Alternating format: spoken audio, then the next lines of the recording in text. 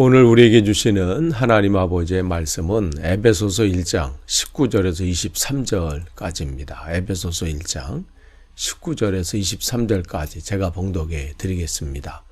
그의 힘의 위력으로 역사하심을 따라 믿는 우리에게 베푸신 능력의 지극히 크심이 어떠한 것을 너희로 알게 하시기를 구하노라. 그의 능력이 그리스도 안에서 역사하사 죽은 자들 가운데서 다시 살리시고 하늘에서 자기의 오른편에 앉히사 모든 통치와 권세와 능력과 주권과 이 세상뿐 아니라 오는 세상에 일컫는 모든 이름 위에 뛰어나게 하시고 또 만물을 그의 발 아래 복종하게 하시고 그를 만물 위에 교회의 머리로 삼으셨느니라. 교회는 그의 몸이니 만물 안에서 만물을 충만하게 하시는 이의 충만이니라. 아멘. 우리가 계속해서 바울의 그 옥중서신 중에 우리가 에베소서를 지금 계속 진행하고 있습니다. 바울이 에베소서를 교회 성도들에게 보내는 편지 속에서 우리가 이제 지난 이제 이틀 동안 바울의 이제 세 가지 그 기도 제목 중에서 두 가지를 살펴봤습니다. 17절에 그 교회 성도들이 하나님을 지식적으로 아는 것이 아니라 체험하기를 바랍니다. 그를 위해서 기도했고요.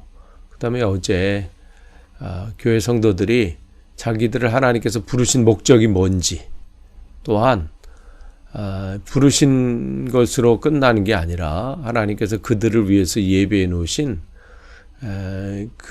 이 기업의 영광, 즉 유산이 얼마나 풍성하고 대단한 것인지 깨닫게 해 주십시오. 또 그것을 기도했지요.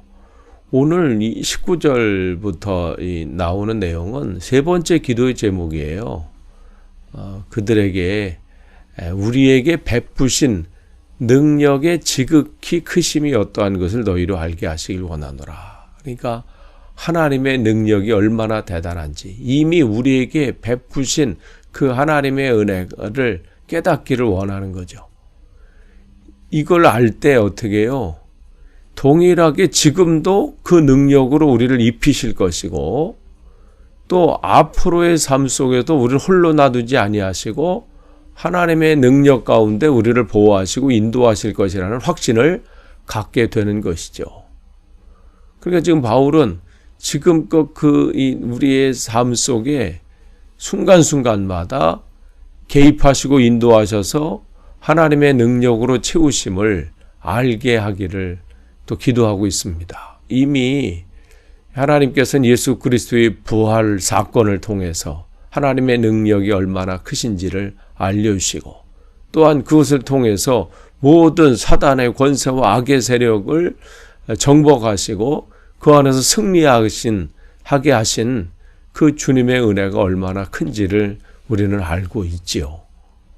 그러니까 지금 바울은 그러한 것을 그 한순간에 그냥 알고 끝나는 것이 아니라 그의 삶 속에 계속해서 성도들이 놓치지 않기를 바라고 기도하고 있습니다. 그런데 이제 그것을 구하면서 20절에서 22절 말씀을 이렇게 쭉 보면요. 세 가지 얘기를 하고 있어요. 하나님의 능력이 얼마나 큰지, 그 20절에 그를, 즉 예수 그리스도를 죽은 자 가운데서 다시 살리셨다. 이게 하나님의 능력이라는 거죠.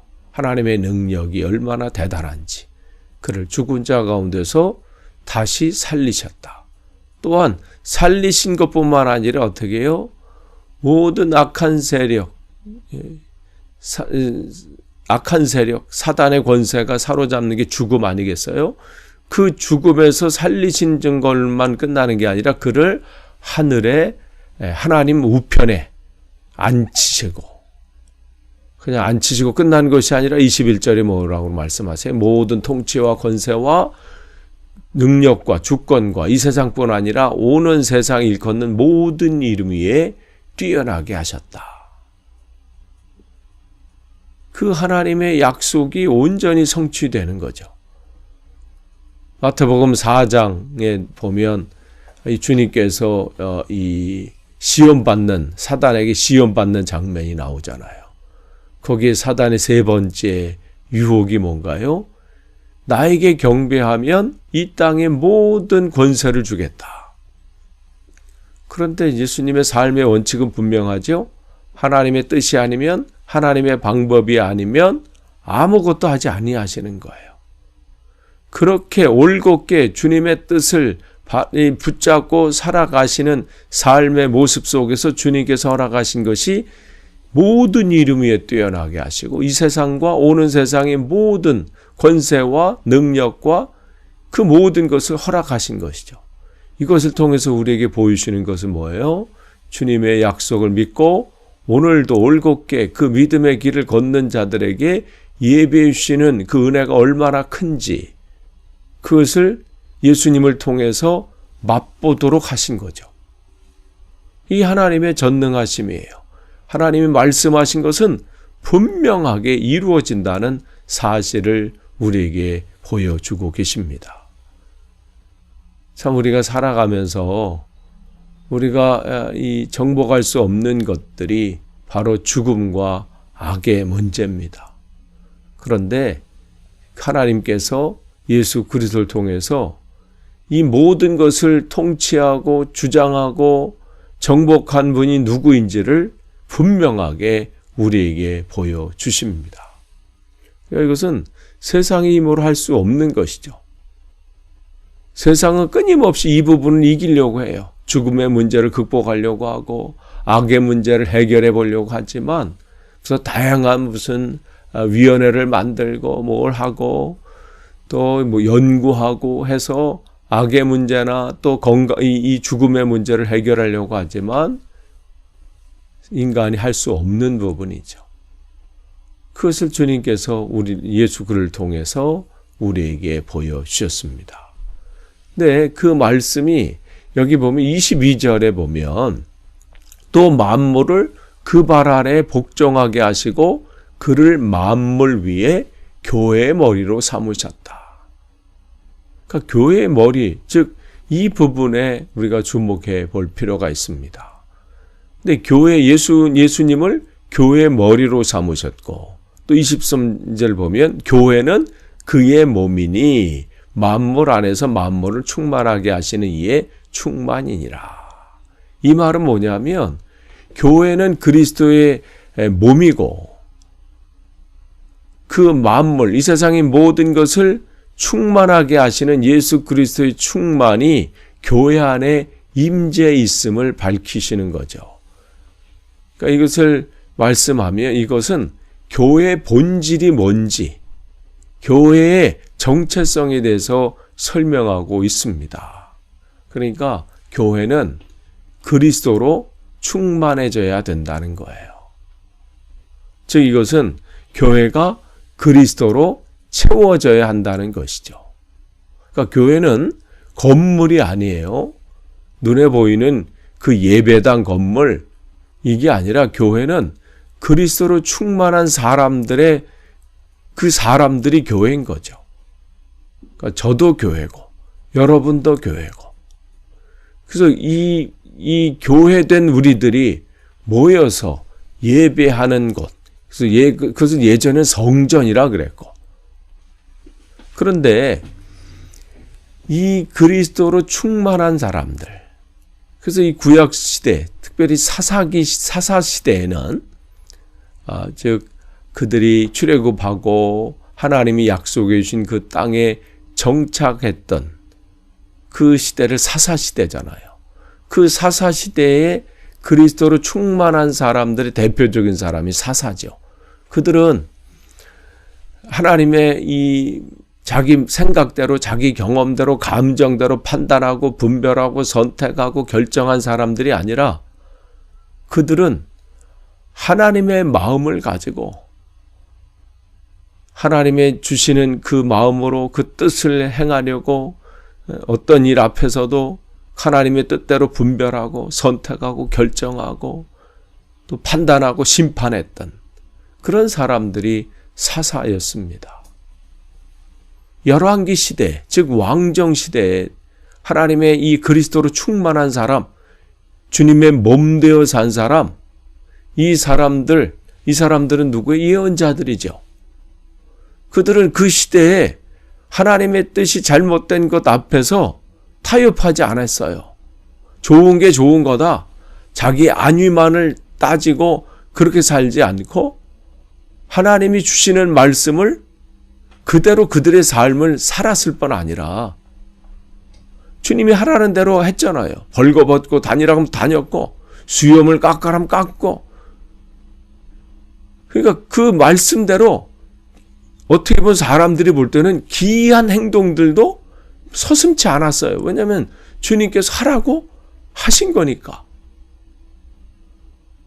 그러니까 사람들이 나를 어떻게 볼 거냐, 인기가 있느냐 없느냐, 내가 편안하게 사느냐 아니냐, 편안을 따지지 않았어요. 그들은 하나님의 주신 말씀을 듣고 자기들이 그렇게 살았을 뿐 아니라 그렇게 전했죠. 그러니까 그들의 이 언어의 패턴은 뭐예요? 하나님께서 이렇게 말씀하셨습니다. 그러니까 하나님께서 이르시되, 하나님께서 가라사대, 이런 말씀인 거죠.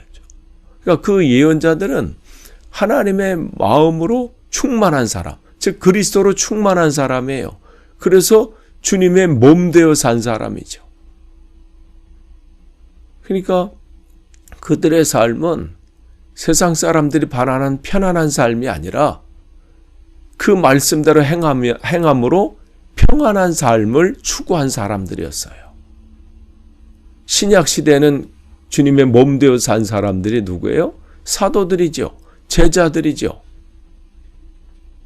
그들은 다른 것에 휘둘리지 않았습니다.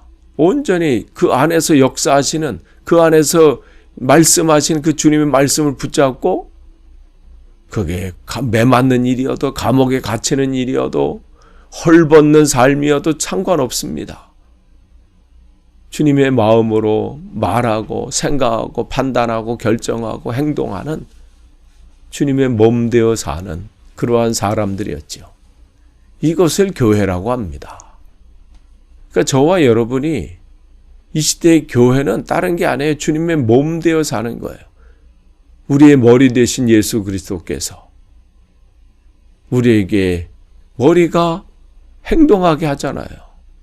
우리의 입을 열어서 밥을 먹게 하고, 길을 걷게 하고, 손을 들게 하고, 발 움직이게 하고, 머리에서 내리는 대로 이 몸은 유기적인 역할, 관계 속에서 같이 움직이는 거잖아요. 그런 것처럼 오늘도 우리가 주어진 이 하루의 삶을 살 때 주님께서 하시는 그 말을 우리가 하는 거예요. 그러니까 우리의 언어 생활, 우리의 삶의 생활들, 그 모든 것들을 점검해 볼 필요 있어요. 나는 나의 머리 되신 주님의 그 마음으로 이 말을 하는 것인지, 아니면 주님의 언어가 아니라 내 언어, 내 감정, 내 방법의 행동을 하는지 점검해 볼 필요 있어요. 그러니까 우리가 지금 바울은 그 교회가 어떠한 교회가 되어야 되는지를 분명하게 말씀해 주고 있습니다. 그러니까 초대교회 성도들은 바로 이러한 삶의 모습이었어요. 주님이 자기의 머리고 우리는 그분의 몸이다. 분명한 이 원칙을 가지고 한 거죠. 아무쪼록 저와 여러분이 오늘도 주님의 몸 되어 사는 온전한 교회가 되기를 원합니다. 세상의 다른 것에 내 마음과 생각을 빼앗겨서 거기에 지배받는 것이 아니라 내 삶의 어떠한 상황 속에서도 주님의 주시는 주님의 마음으로 판단하고 결정하고 선택하고 행동하고 말하고,